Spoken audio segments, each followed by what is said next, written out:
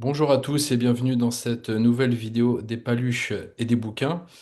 Alors bonjour à notre invité. Aujourd'hui nous accueillons Serge Abad Gaillardeau. Bonjour Serge, comment allez-vous? Bonjour Alexis, ben écoutez, je vais du mieux que c'est possible. Voilà, donc tout va bien, tout va bien. C'est la seconde fois que vous venez sur la chaîne. Vous étiez venu, je crois, il y a un peu plus de 2 ans et demi. C'était pour la franc-maçonnerie et la politique, hein. Et la C'était politique, oui, oui, ça. ben, c'est mon précédent livre, voilà. Exactement.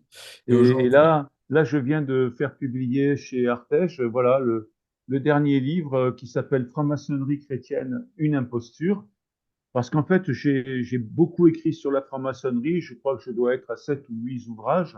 c'est ça à peu Et près. un nombre incalculable de conférences en France, à peu près partout, également à l'étranger, au Chili, au Bénin, en Espagne, parce que mes parents étant d'origine espagnole, je parle l'espagnol assez correctement. En Italie, en Pologne, j'ai beaucoup bougé.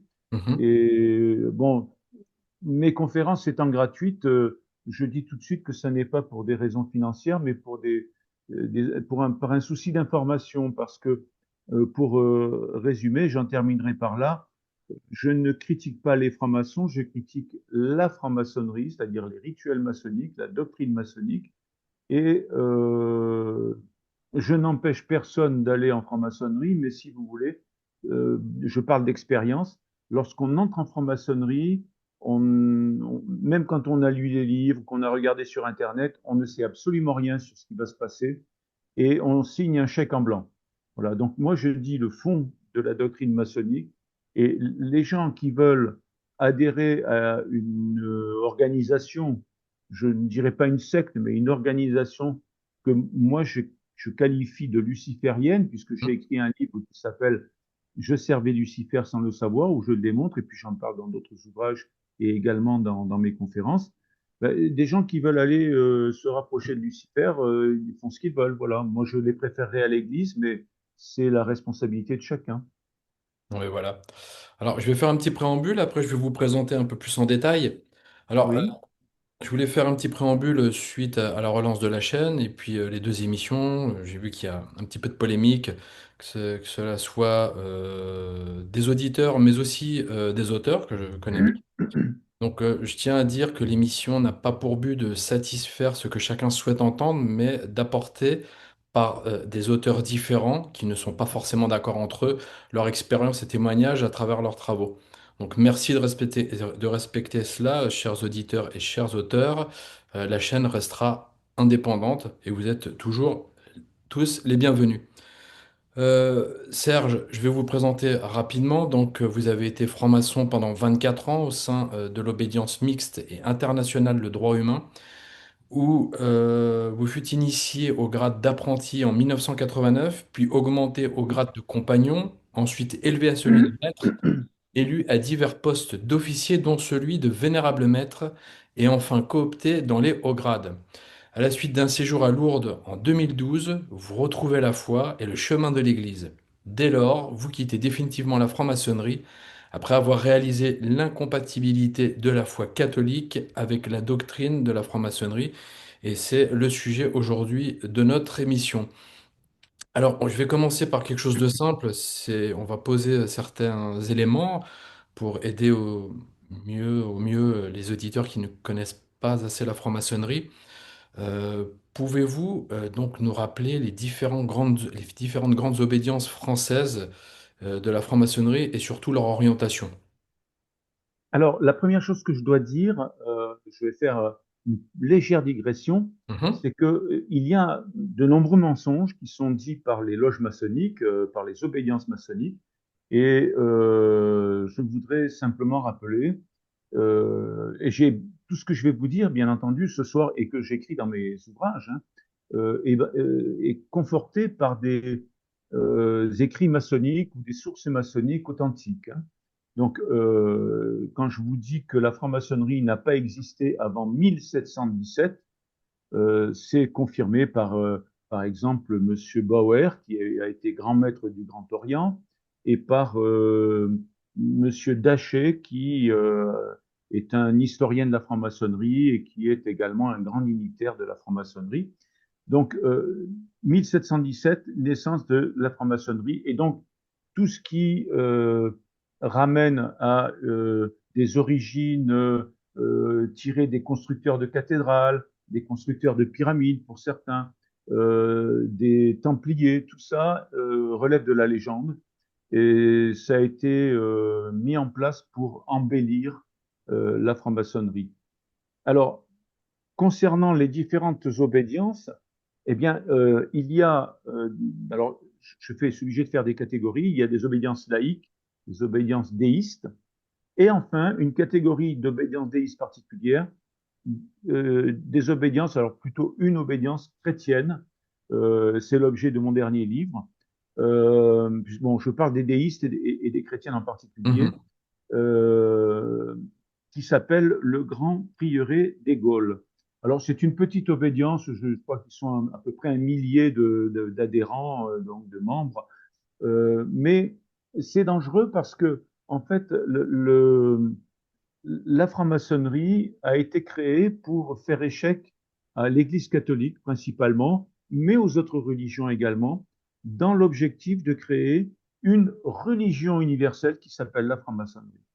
Et moi, je me suis aperçu tardivement, euh, grâce à l'intervention de la Vierge Marie à Lourdes, et je dirais à une grâce du Seigneur, que j'ai retrouvé la foi à ce moment-là, et que donc la doctrine de la franc-maçonnerie et l'enseignement de l'Église étaient complètement incompatibles, qu'on ne pouvait pas être l'un et l'autre.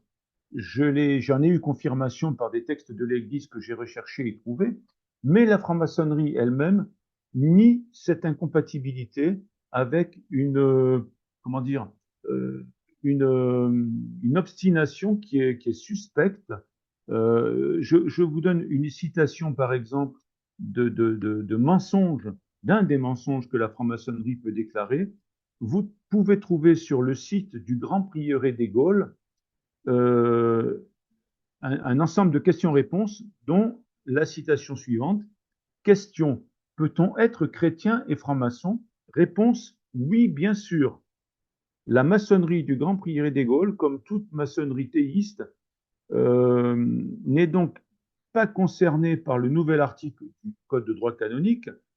Elle n'est pas concernée, mais alors, c'est ça qui est assez amusant, parce que quand on a un petit peu de discernement, on voit tout de suite le mensonge. Ils ajoutent: même si la Congrégation pour la doctrine de la foi, c'est-à-dire le Vatican, persiste à déclarer que les francs-maçons demeurent exclus de la communion. C'est un petit peu comme si on vous disait: peut-on être on va dire, de droite libérale et en même temps communiste? Et que le Parti communiste nous disait: oui, bien sûr, on peut être les deux parce que, je ne sais pas moi, j'ai l'exemple d'un communiste qui nous disait que c'était tout à fait possible. Donc ça ne tient pas la route. Voilà. Donc, j'ai tenu à rédiger ce livre pour informer sur le piège que constitue une franc-maçonnerie prétendument chrétienne. Donc, les déistes sont des obédiences qui affirment croire en... Alors, pour certaines, elles disent: nous croyons en Dieu. Par exemple, la Grande Loge nationale française, la GLNF, dit: si vous ne croyez pas en Dieu, vous ne pouvez pas rentrer chez nous. Donc, un catholique, un orthodoxe, même un musulman d'ailleurs, un juif également, tous ces gens-là euh, peuvent se sentir attirés par la franc-maçonnerie en pensant qu'il n'y a pas de souci entre leur religion et la doctrine maçonnique. Je précise que l'Église catholique dénonce euh, la présence de catholiques, donc de croyants en franc-maçonnerie, l'Église orthodoxe également depuis, je crois, 1933. Les savants musulmans, c'est-à-dire les instances musulmanes, font pareil depuis les années 70-80. Quant aux juifs, je ne sais pas, c'est une religion que je connais mal. Euh, voilà. Alors, voilà pour les obédiences qui se disent déistes, étant posé que c'est comment dire, c'est une, pardonnez-moi l'expression, une arnaque intellectuelle de dire que ces gens-là croient en Dieu parce que le Dieu de la franc-maçonnerie, on en reparlera tout à l'heure, n'est absolument pas le Dieu trine des chrétiens. Ça n'est pas Allah non plus, parce qu'il est appelé le grand architecte de l'univers, et ce que je sais de l'islam, c'est que dans le Coran, il y a 99 appellations du Dieu donc des musulmans, et que ajouter une centième appellation est un blasphème. Donc un musulman aurait du mal à appeler Allah le grand architecte de l'univers. Euh, voilà. Donc la plupart des religions monothéistes condamnent la double appartenance de leurs croyants avec de leurs membres avec la franc-maçonnerie. Il y a également des obédiences laïques. Mhm. Alors, la laïcité n'a pas été inventée, contrairement à ce que disait M. Payon, me semble-t-il, par la franc-maçonnerie. Je crois qu'il en parlait dans une interview ou dans un ouvrage dans les années 80, 98, 2000, je crois. La révolution n'est pas terminée, me semble-t-il. C'était le titre du livre. Mais la laïcité, en fait, a été inventée, ou du moins a été révélée comme un moyen d'organisation sociale par Jésus-Christ. Rends à César et rends à Dieu. Voilà. Donc, la séparation entre le temporel et le spirituel nous a été apportée par le Christ et non pas par la franc-maçonnerie, contrairement à ce que veut faire croire la franc-maçonnerie. Ce qu'il faut savoir, c'est que euh, dans les obédiences déistes, après je vous donnerai les noms des diverses obédiences, hein, dans les obédiences déistes, eh bien, en fait, on parle de Dieu, on parle du grand architecte de l'univers, mais encore une fois, c'est une imposture parce que je vous donne euh, une citation alors j'ai deux auteurs qui sont francs-maçons de haut niveau. Le grand architecte de l'univers n'est pas le Dieu des chrétiens. Oswald Wirth, qui a été, il est du 19e, un des pontes, je dirais, de la franc-maçonnerie et un auteur de doctrine très reconnu, dit la même chose. Euh, Vous avez également un grand maître d'une obédience déiste en plus, Mhm. qui nous dit euh, l'avantage de cette idée du grand architecte de l'univers, c'est que chacun y met ce qu'il veut. Donc, le Dieu, entre guillemets, de la franc-maçonnerie n'est pas un Dieu révélé, comme le Dieu trine des chrétiens. Euh, c'est un, c'est un Dieu conceptuel, c'est-à-dire c'est un Dieu que les francs-maçons ont imaginé parce que pour ceux qui sont déistes, ils ont conscience que la vie n'arrive pas par hasard sur Terre. Même Monsieur Monod, qui était un savant très reconnu et qui a écrit d'ailleurs sur le hasard et la nécessité, qui était sa théorie, reconnaît que la vie sur Terre est tellement complexe qu'elle ne peut pas arriver par hasard. Donc, ces gens-là imaginent qu'il y a bien une puissance au-dessus qui a. Alors, on parle de création chez les chrétiens, mais eux parlent plutôt d'émanation pour l'homme et peut-être de création pour la matière.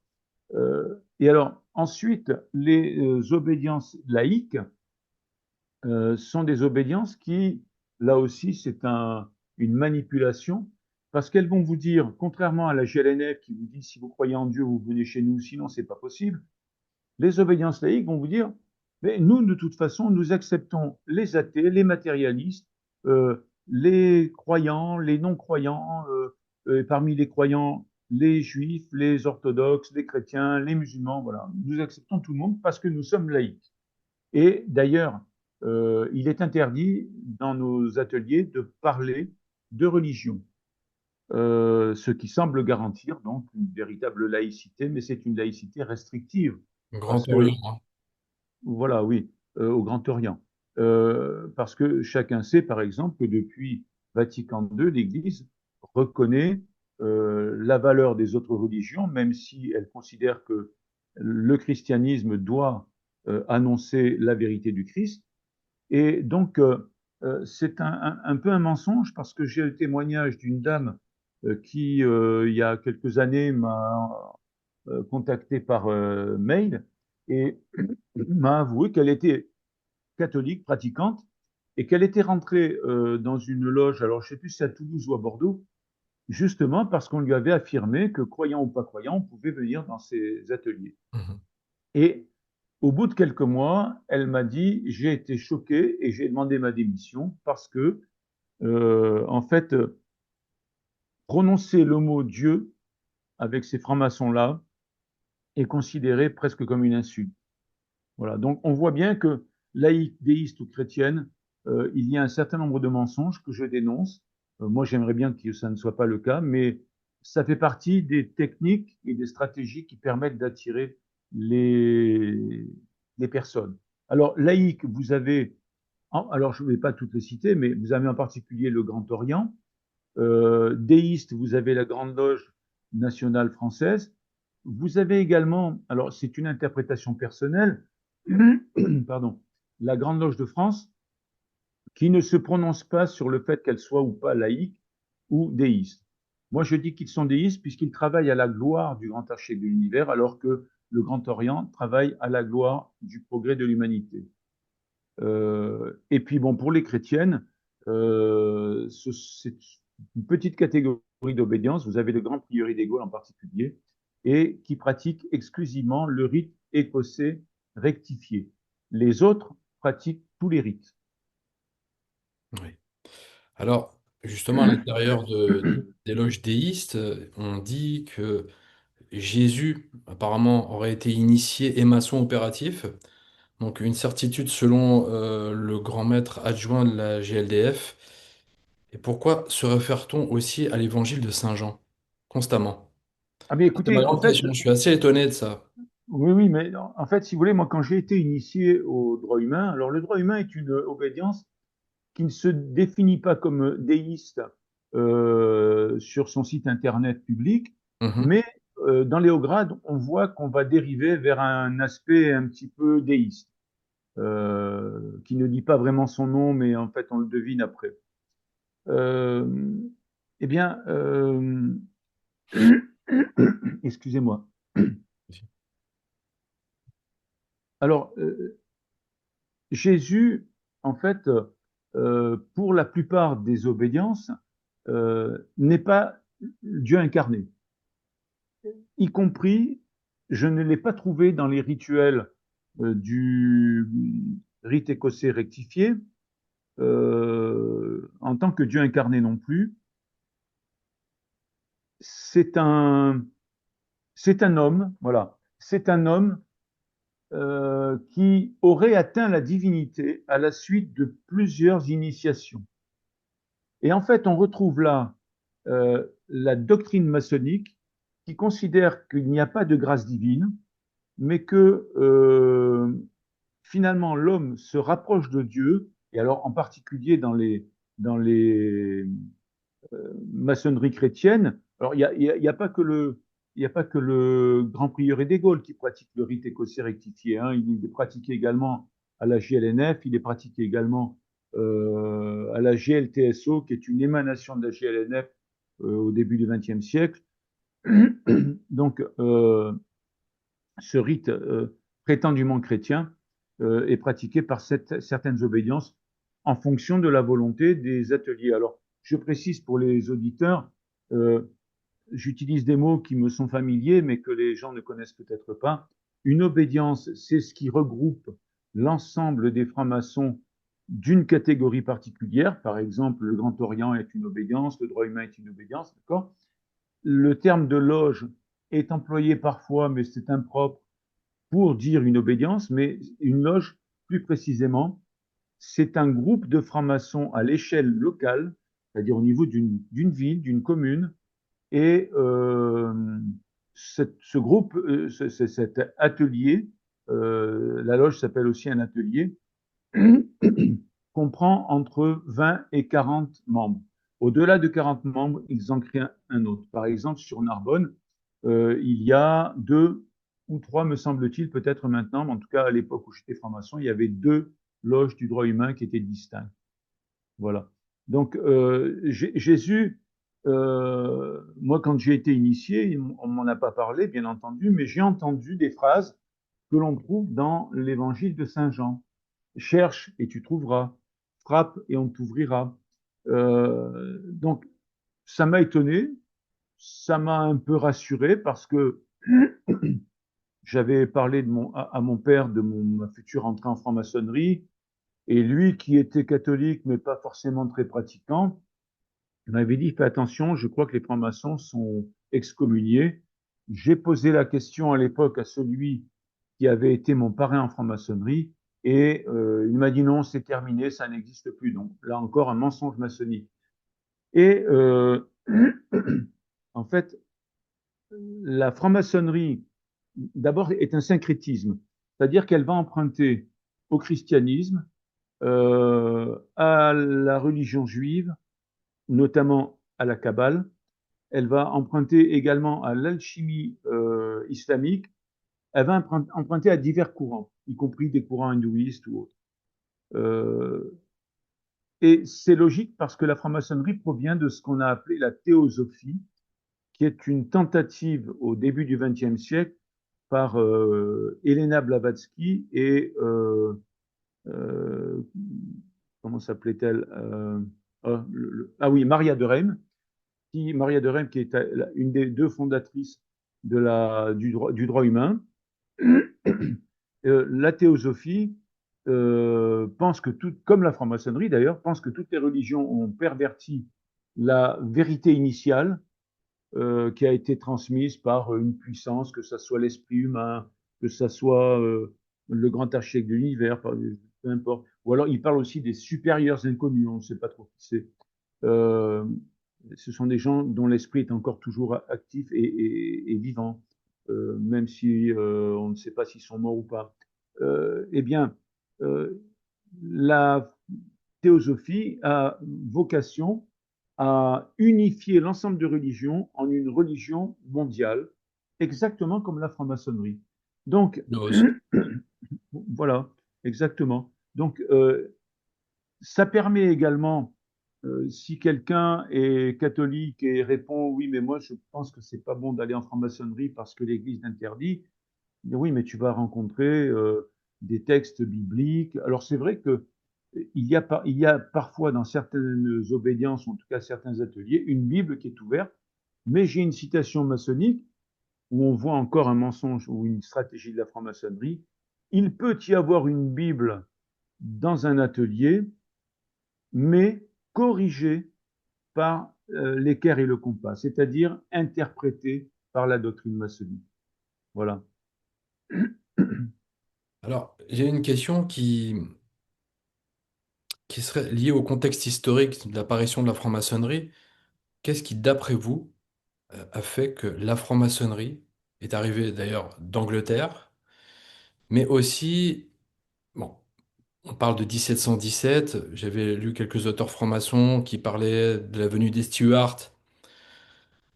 Sous la protection de Louis XIV aussi, il y a eu des débuts, des balbutiements aussi de franc-maçonnerie apparemment, donc avant 1717.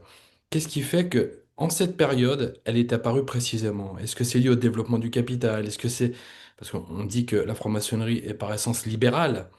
Elle a eu aussi une vocation durant la Révolution dite économique, où on a vu les marchandises circuler, ce genre de choses. Qu'est-ce qui fait qu'à cette période-là, d'un point de vue historique, elle est apparue à ce moment-là, non pas avant et non pas après, d'après vous? Euh, c'est une question à laquelle il est difficile de répondre parce que tout simplement, alors j'ai écrit un livre qui s'appelle Secret maçonnique où je Mhm. dévoile un certain nombre d'aspects, pas tous parce que c'est difficile d'être exhaustif, mais de nombreux aspects concernant le secret maçonnique. Euh, et donc, dans ce livre, j'explique que je ne peux pas parler, pardon, de l'histoire du secret, Mhm. mais peut-être du secret d'une histoire. Voilà. Et j'explique justement que les francs-maçons eux-mêmes, parmi ceux qui sont de plus haut niveau, j'ai un livre d'ailleurs d'un franc-maçon du 33e degré, donc du plus haut niveau. Hein, le 33e degré vous donne accès à des responsabilités nationales. Euh, Et dans ce livre, il explique savoir si nous connaîtrons un jour les origines de la franc-maçonnerie est une question sans réponse. En fait, euh, il n'y a pas de réponse précise dans toute la documentation que j'ai pu observer. J'ai un petit peu cherché. Ce que je crois pouvoir dire, c'est que je ne sais pas pour quelle question, ou pour quelle raison, pardon, la franc-maçonnerie s'est créée à cette époque-là. Je pense qu'il y a, d'un point de vue historique, la philosophie des Lumières qui le précède, avec des idées nouvelles, avec une volonté de détruire l'Église déjà, mais cette philosophie des Lumières ne s'était pas concentrée dans une organisation.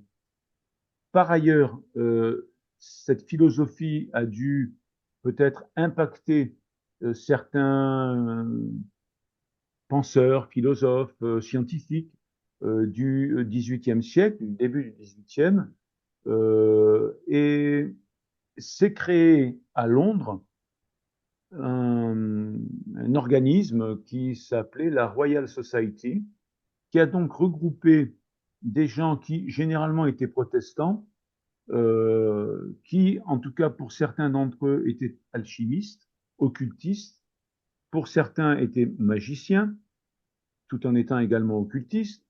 Et parmi ceux-là, on va trouver par exemple Newton, que nous connaissons comme un savant physicien, mais qui était surtout un occultiste et donc un alchimiste.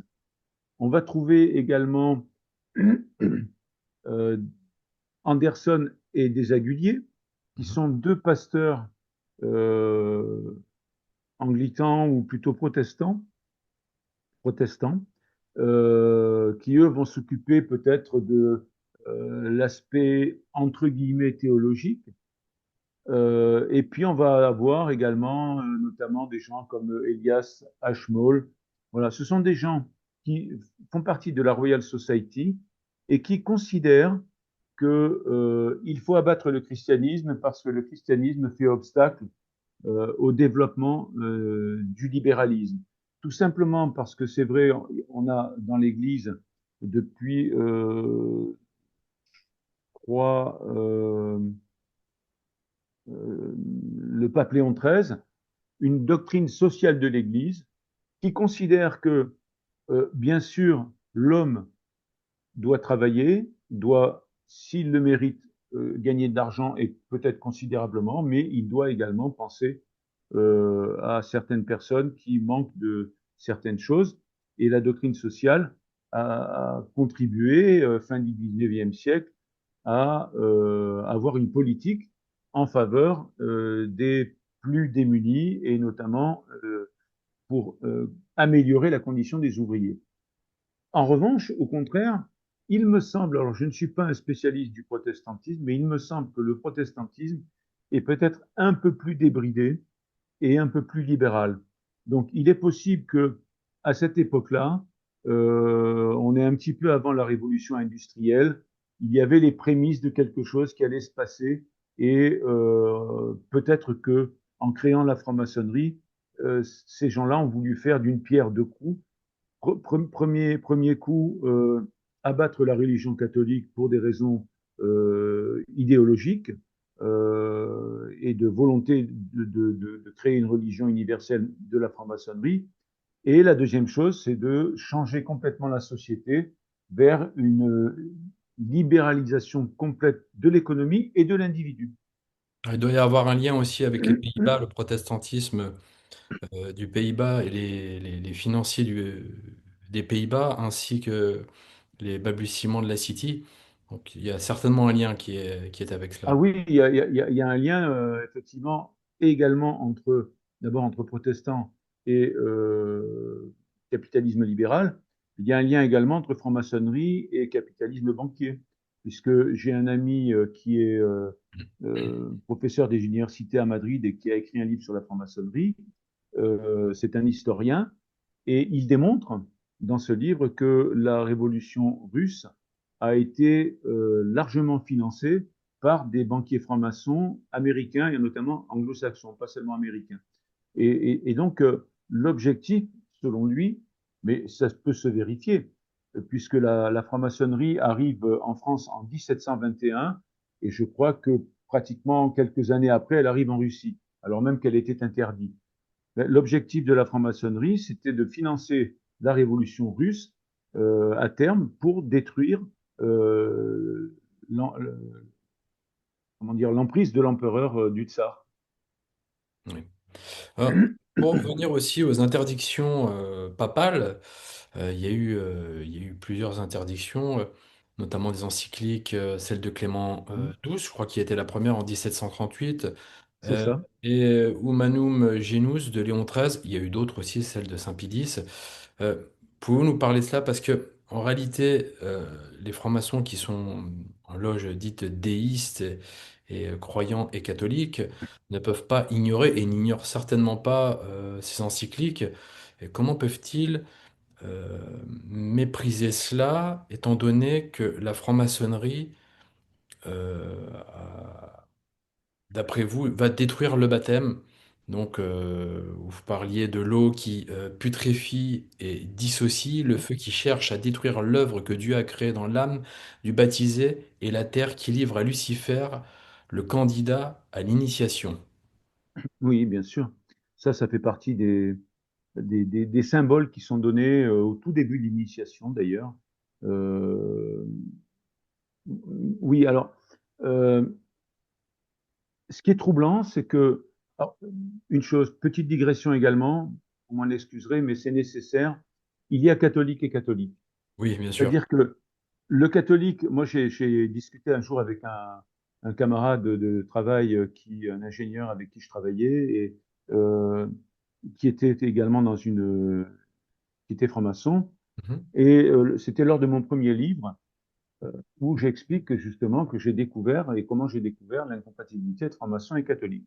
Et il me dit, mais tu es sûr parce que moi, je suis catholique, je suis pourtant franc-maçon. Et là, je lui ai répondu, mais oui, tu es certainement catholique parce que tu es baptisé. Mais est-ce que tu vas à la messe?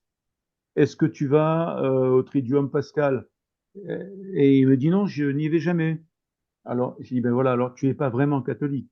Parce qu'en fait, pour s'apercevoir de l'antinomie entre les deux doctrines, eh bien, il faut bien connaître et analyser les rituels maçonniques, et en face, il faut avoir une relative connaissance de la théologie et de l'enseignement de l'Église. Si on n'a pas les deux, on ne comprend pas. Donc ça, c'est la première chose. Euh, donc beaucoup de catholiques ne savent pas, ne connaissent pas ces encycliques. Les francs-maçons se gardent bien de les citer. Et effectivement, depuis 1738, c'est-à-dire depuis 3 siècles, euh, l'Église euh, régulièrement euh, annonce cette incompatibilité de manière officielle. La toute dernière expression date, je crois, de 2023. Je dois avoir la date ici. Oui, voilà. Le 15 novembre 2023, il y a une déclaration du Vatican qui a été approuvée par le pape François, que les francs-maçons ont applaudi en pensant que c'était un pape qui allait être favorable à la franc-maçonnerie, mais pas du tout. Euh, eh bien, l'appartenance des catholiques à la franc-maçonnerie a été condamnée à nouveau. Donc, régulièrement. Alors, je crois que c'est nécessaire, contrairement à ce que disait un ami prêtre avec qui j'ai parlé il y a une dizaine d'années, qui m'a dit, oui, mais l'Église s'est prononcée sur ce thème, c'est pas la peine d'y revenir. Et bon, je pense que cet homme-là, qui est un prêtre de grande qualité par ailleurs, euh, se trompait parce que beaucoup de personnes ignorent cette incompatibilité, que la franc-maçonnerie persiste à dire que ça n'est pas incompatible et va mentir pour attirer les catholiques. Parce que comment dire, la stratégie maçonnique consiste à faire rentrer des catholiques en leur faisant croire que c'est pas incompatible, dans l'objectif de les amener à l'apostasie. Comment ils les amènent à l'apostasie? Ben, tout simplement parce qu'à un moment donné, quand vous arrivez dans certains grades, et généralement on essaye de faire un parcours le plus complet possible en franc-maçonnerie, eh bien, vous allez avoir, selon les obédiences et les rites, soit une version disant que Jésus est est un prophète, Mhm. un peu comme c'est le cas dans l'islam, ou bien c'est un homme qui a atteint la divinité par l'initiation. Voilà. Donc, si vous êtes vraiment catholique, vous ne pouvez pas croire à ça. Alors, bien entendu, si on est en franc-maçonnerie pour fréquenter comme un club de bridge, ça n'a pas d'importance puisque ce qu'on va vous dire va rentrer, comme on dit, dans une oreille et sortir par l'autre. Généralement, c'est pas le cas parce que les rituels maçonniques ont une réelle influence psychologique, intellectuelle et je dirais même magique sur l'esprit des gens. Et donc, on est comme imbibé par tout cela. Moi, j'ai eu la chance d'avoir, par l'intercession de la Vierge Marie à Lourdes, euh, d'être touché par la grâce de Dieu pour revenir à l'Église. Et donc, je me suis détaché de tout ça et ça m'a libéré de cette emprise. Mais beaucoup de gens, de francs-maçons avec qui j'ai parlé parfois à la fin de mes conférences, euh, sont complètement pris par la doctrine, et je l'ai été moi aussi, donc je sais comment ça fonctionne, au point qu'ils sont fermés au raisonnement. En fait, si vous voulez, dans l'Église catholique, la doctrine fait appel à deux choses, la foi qui est un don de Dieu, qui est quelque chose de sensible, et en même temps à la raison. Et d'ailleurs, le pape Benoît XVI avait expliqué un jour dans une déclaration qui avait fait un petit peu de bruit auprès des musulmans que la foi sans la raison conduisait au fanatisme.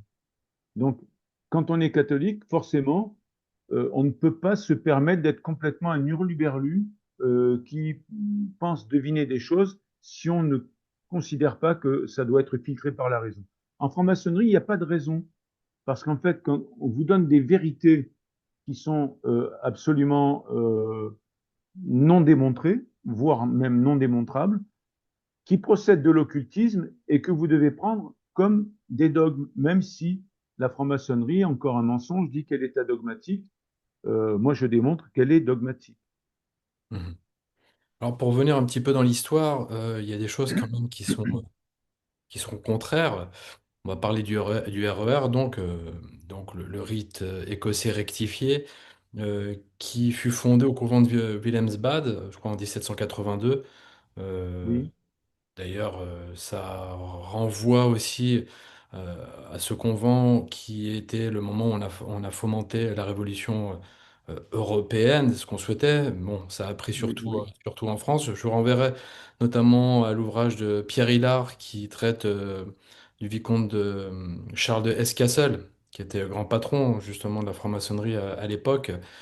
Donc, durant ce convent, il a été déclaré que ceux qui pratiqueraient donc le rite écossais rectifié, devaient être fidèles à la religion chrétienne.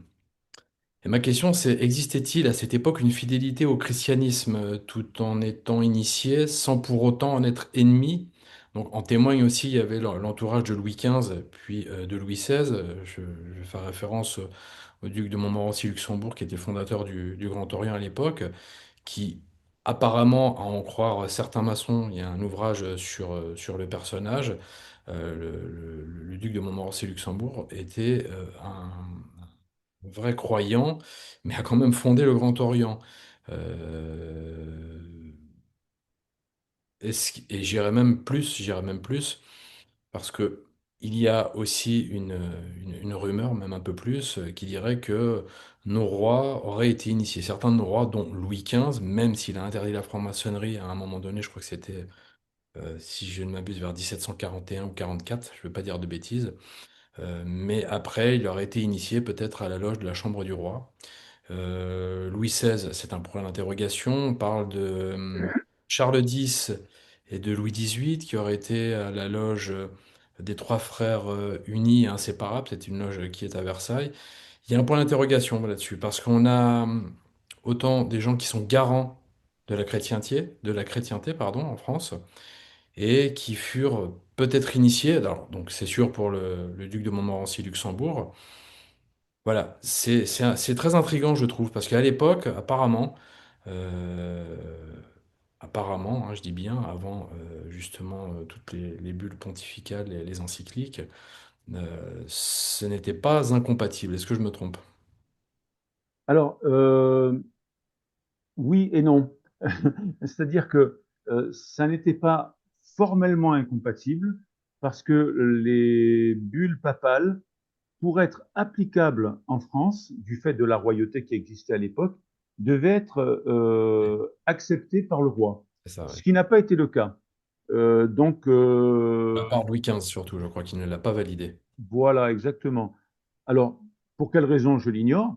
En tout cas, même si formellement, ça n'était pas, comment dire, opposable, sur le fond, c'est quelque chose qui est réel. C'est-à-dire que euh, si, par exemple, vous sortez d'un chemin de terre où il y a un stop et qu'il y a une voie de grande circulation, vous devez laisser passer les gens. Mais si le stop est arraché ou qu'il n'a pas été posé, ben, normalement, c'est un chemin de terre. La loi fait que vous devez laisser passer les gens. Mhm. Donc, fondamentalement, ça n'était pas possible, pas plus à l'époque qu'aujourd'hui, d'être catholique et franc-maçon. Sauf que euh, là, on est dans le piège maçonnique, dans le mensonge maçonnique, puisque la franc-maçonnerie a été prétendument déiste, en tout cas déiste au sens où j'en parlais tout à l'heure, du grand architecte de l'univers, de 1717 à 1877. Donc, j'ai en ma possession un document qui provient d'un organe extrêmement, comment dire, important de la franc-maçonnerie, qui s'appelle le Suprême Conseil, euh, qui, euh, qui écrit en toutes lettres pourquoi les francs-maçons du XVIIIe siècle s'en sont tenus à des références bibliques. Euh, Réponse, parce que elle craignait d'être persécutée par le roi et l'Église qui étaient puissants à l'époque. Et donc, ces références bibliques sont un simple masque pour rassurer. Mais ce masque cache en fait les véritables fondements de la franc-maçonnerie qui sont globalement l'alchimie, l'ésotérisme, l'astrologie et disons globalement l'occultisme. Alors, il est normal, à mon avis, que au début de la franc-maçonnerie, euh, les, les personnes qui étaient souvent des aristocrates et qui donc peut-être s'ennuyaient un petit peu, avaient envie de pimenter leur vie et donc de fréquenter les loges maçonniques. D'autant plus qu'il y a une stratégie maçonnique qui marche très bien, alors qui n'est pas explicitée, sauf au rituel du rite écossais ancien et accepté, au 12e degré. Donc même les gens qui sont en maçonnerie depuis longtemps, mais qui ne sont pas dans les hauts grades, n'en ont pas connaissance. Et ce rituel explique une chose. Normalement, lorsqu'une tenue a lieu, une tenue, c'est une soirée maçonnique, hein, une cérémonie ou une soirée maçonnique, où ne sont admis, bien entendu, que des francs-maçons. Lorsque cette tenue a lieu, eh bien, les portes du temple, je parle des portes intérieures, parce que les portes extérieures sont toujours fermées, mais les portes intérieures sont fermées parce que, tout simplement, si la tenue a lieu au 2e degré, c'est-à-dire au grade de compagnon, eh bien, un apprenti ne peut pas y participer. Un compagnon, un maître, oui, parce qu'ils savent, mais pas en dessous. Si elle a lieu au grade de maître, un compagnon et un apprenti ne peuvent pas y participer. Donc, les portes sont fermées. Et au 12e degré, elles sont ouvertes. Et alors, celui qui tient le rôle de vénérable maître, je crois qu'il s'appelle 3 fois puissant à ce grade-là, au 12e degré, de ce qu'on appelle le REAA, rite écossais ancien et accepté, pose la question à un officier de la loge. Alors, c'est tout ça, c'est rituel et c'est écrit, hein, c'est des questions-réponses écrites. Pourquoi ne, ne sommes-nous pas à couvert? Et l'officier répond, euh, parce que ça n'est pas nécessaire, même si quelqu'un devait surprendre nos travaux, ça ne serait pas très grave parce que si c'est quelqu'un de bien, ça pourrait faire un maître architecte, c'est le titre du 12e degré, supplémentaire. Et il ajoute, d'ailleurs, nous ne nous cachons que pour attirer les profanes dans nos loges. Donc, l'un des aspects du secret, c'est ça. Alors, vous imaginez quand vous êtes un aristocrate et que vous êtes franc-maçon, par hasard, enfin peu importe, vous fréquentez d'autres aristocrates et que vous dites, vous avouez, je suis franc-maçon, je connais les secrets. Alors, on est dans l'occultisme, on cherche la pierre philosophale. Enfin, Le donc tout fantasme. ça, voilà, tout ça, ça va rentrer dans un imaginaire et les gens vont vouloir s'y intéresser. Euh, je suis pas certain que euh, ces gens-là savaient exactement ce qu'ils faisaient, ou en tout cas où ils allaient. On est au début de la franc-maçonnerie, Oui, hein, c'est ça. hein. Et alors, ce qui est important aussi, ça c'est la stratégie maçonnique, c'est que j'ai eu en main, et puis je peux en témoigner parce que j'ai vécu, la liste des membres d'un atelier de la Grande Loge de France. Bon, on n'y trouve pas d'ouvriers, hein. Et moi, en 24 ans de franc-maçonnerie, je n'ai pas vu en loge d'ouvriers. Plombier, gingueur, je ne sais pas moi, charpentier, ouvrier, non, j'ai pas vu. Le plus bas que j'ai vu, c'est, bon, c'est pas un jugement de valeur, hein, mais dans l'échelle sociale, je veux dire. Ce sont des instituteurs, des enseignants. Mais à côté, vous avez beaucoup de médecins, beaucoup d'avocats. Vous avez des cadres supérieurs de l'armée, parfois des sous-officiers d'un certain rang quand même, hein. On n'a pas de caporal. Mais voilà. Donc, la franc-maçonnerie recrute dans une certaine élite parce que c'est ça qui va lui permettre de se développer. Et donc, elle va chercher d'abord l'aristocratie, ensuite les bourgeois, mais pas les gens du peuple. En fait, la Révolution française a été faite physiquement par les gens du peuple, mais ils ont été manipulés par les bourgeois et les aristocrates qui étaient francs-maçons, Mhm. voire par les Anglais, on le sait. Et pour revenir à nos rois, parce qu'il y a quand même quelques écrits, et puis certains l'affirment chez les maçons, d'autres disent que non parce qu'on n'a pas la publication des tableaux. Est-ce que vous pensez que Louis XV, Louis XVI, je dirais même, allez, c'est compliqué pour Louis XVI, mais Charles X et Louis XVIII furent-ils francs-maçons d'après vous? Même si on n'en Alors, a pas la preuve formelle, il y a eu quand même des choses qui tendent à dire que oui, quoi. Alors, je l'ignore. Franchement, je l'ignore parce que j'avais lu que Louis XV et Louis XVI avaient été francs-maçons. Charles X, je ne l'ai pas lu. J'ai fait quelques recherches. Je n'ai rien trouvé. Mhm. C'est compliqué Il en faut... effet. Comment? C'est compliqué en effet de mettre la main sur. Moi, ça fait plusieurs Oui, années parce où je qu'en fait, fais si des vous voulez, recherches dessus. voilà. Très En compliqué. fait, la preuve, il y a que deux types de preuves pour l'appartenance à la franc-maçonnerie. Euh, D'abord, le fait que la personne dise qu'elle fait partie de la franc-maçonnerie. Bon, moi, j'ai conservé des documents qui attestent bien que j'ai fait partie de la franc-maçonnerie, que j'ai eu tel grade, etc. Parce que c'est vrai qu'en conférence, un jour, il y a quelqu'un qui a dit, mais vous n'avez jamais fait partie de la franc-maçonnerie. J'ai sorti le document, je dis, mais ça, c'est un passeport maçonnique, si vous voulez le vérifier. Voilà, donc ça permet donc, si quelqu'un vous dit, je suis franc-maçon, s'il a ces documents, vous en avez la preuve.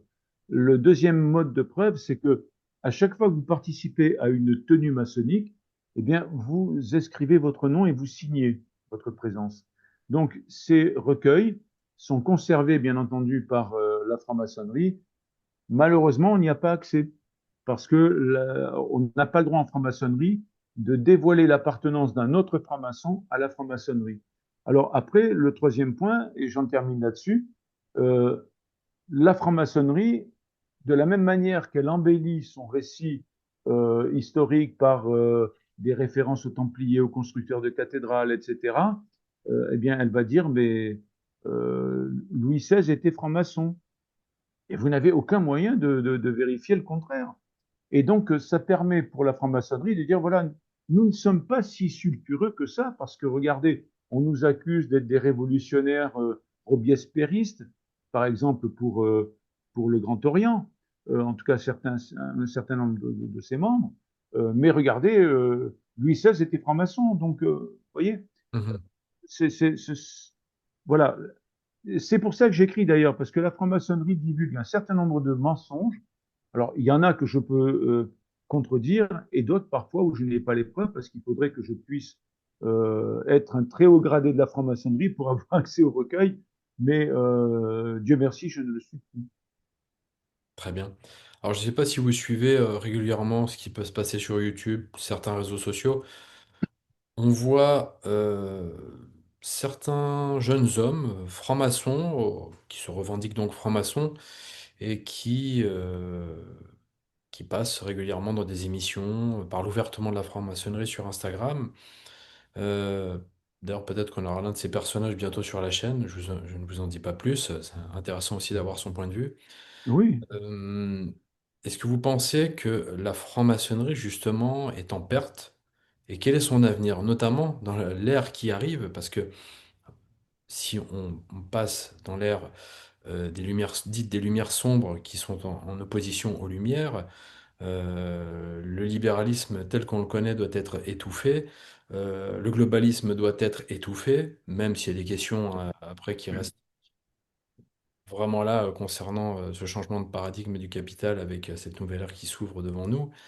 Est-ce que vous pensez que la franc-maçonnerie est en perte, a besoin de recruter en ce moment? Et surtout, quel est son avenir? Comment vous le voyez? Alors, moi, ce que j'ai vu en 24 ans, c'est on va dire, une constance dans les effectifs de la franc-maçonnerie. Euh, le, il y a des démissions, il y a des gens qui démissionnent, soit d'entrée de jeu au grade d'apprenti parce que ils sont déçus par ce qu'ils ont découvert, soit plus tard au grade de maître, voire dans les hauts grades, c'est beaucoup plus rare dans les hauts grades. D'ailleurs, ils vivent assez mal quand vous démissionnez des hauts grades. Moi, ils me l'ont pas tellement pardonné, à part certains qui maintenant ont, ont mis ça de côté. Mais il y a des gens qui démissionnent, mais aussi il y a des gens qui entrent. Donc tout ça se compense à peu près. Il y a plus de gens qui rentrent que de gens qui démissionnent. Mhm, Je me souviens quand j'étais vénérable maître, j'habitais à Antibes et nous avions eu une réunion avec tous les vénérables maîtres des différentes loges de Antibes, Nice et Cannes pour discuter justement des raisons pour lesquelles il y avait des démissions. Alors bon, globalement, il y a des démissions parce que parfois les personnes ne sont pas les bonnes, on s'est trompé sur leur compte. Parfois, ces personnes-là pensaient trouver quelque chose en franc-maçonnerie, puis ils découvrent que c'est tout à fait autre chose. Parfois, ils sont déçus par les francs-maçons eux-mêmes. Euh, et c'est, je crois que c'est à peu près constant. Il y a depuis, en tout cas que je travaille sur la franc-maçonnerie d'un point de vue livresque, euh, environ 150 à 160 000 francs-maçons en France. Ça, ce sont les chiffres officiels.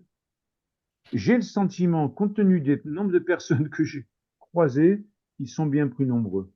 Alors, ils sont toujours en train de minimiser parce que je vois Alain Bauer, qui a été grand maître du Grand Orient, qui un jour faisait une discussion avec Éric Zemmour sur une chaîne de télévision.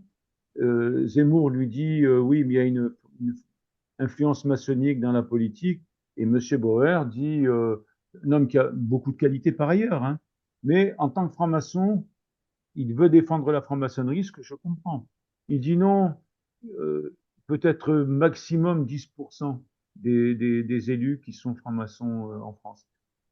En fait, moi j'ai des chiffres qui ont été donnés par le président d'un organisme qui s'appelle la Fraternelle parlementaire.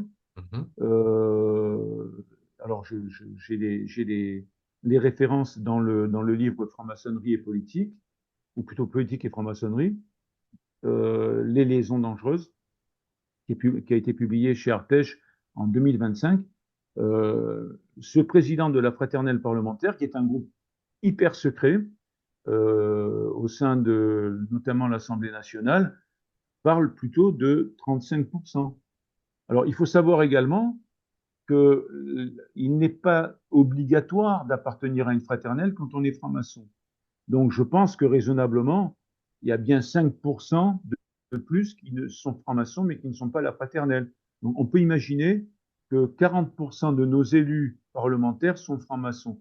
Alors, ce qui est gênant, moi, je n'ai rien contre le fait qu'il y ait des francs-maçons, des catholiques, des juifs, des musulmans au sein des parlements. Ça ne me gêne absolument pas, chacun est libre.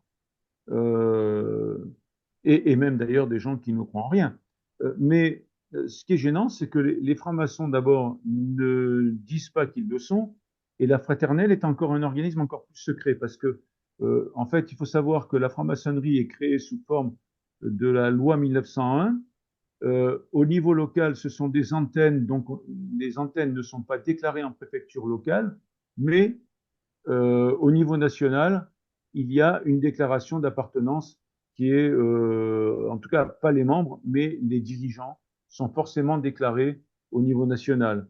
Donc ça fait une dizaine de personnes dont on sait qu'ils sont francs-maçons, mais c'est des gens du 33e degré, du plus haut niveau, qui ne se cachent pas, puisque de toute façon, ils ont une, comment dire, une publicité à faire au sein de la franc-maçonnerie, mais les autres, personne ne le sait.